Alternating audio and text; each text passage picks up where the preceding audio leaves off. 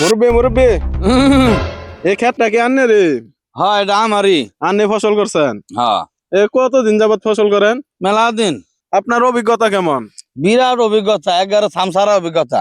আপনি তাহলে এই সরিষা ক্ষেত নিয়ে একটা রচনা বলেন। সরিষা ক্ষেত নিয়ে রচনা, আচ্ছা চেষ্টা করি দেখি। বলেন। এই সরিষা ক্ষেত আমাদের বাংলাদেশের উন্নত জাতের একটা প্রাণী।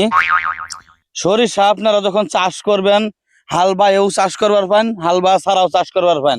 তবে হাল বায়ে চাষ করলে তাড়াতাড়ি গাছটা হবো, যেই 3 পাতা হবো আইনে হবে উপরে 2 পাতা খাই আলার হবেন ভাইয়া। আবার কুইতি খাইতে যদি আল্লাহ বড় হলা ফুল হবো, ফুল হওয়ার পরে আইনে এই ফুল আবার আন্ডা দিয়ে ভাজি খাই আলার পাবেন।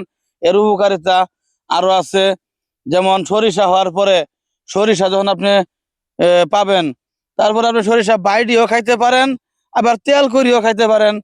তেল হইলে আপনি তেল বাজারে বিক্রিও করতে পারেন, আবার তরকারিতেও খাইতে পারেন। এই শস্য যখন কাইনারা হাতে পাবেন, পাওয়ার পরে এই শস্য বাইরেও খাবার পাইন, আবার তেল ভাঙ্গায়ও খাবার পাইন। এই তেলের তো গুরুত্ব অপরিসীম। যেমন যেমন যেমন এই তেল আপনারা তরকারিতেও খাবার পান, ছানা ভর্তাও খাবার পান, শরীরের বিভিন্ন অঙ্গ প্রত্যঙ্গে মালিশ করবার পাবেন। বুঝতে পারছেন তেলের উপকারিতা? এই তেলের পরে আপনার খড়ির পালা। মুরব্বি আন্নে মেলা ভিতরে ঢুকে গেছেন গা, শেষে একটা ভালো ছন্দ কোন। আবার ছন্দ, সর্ষে ক্ষেতের কত সুন্দর রং, তোমাক দিলাম চুদলিং।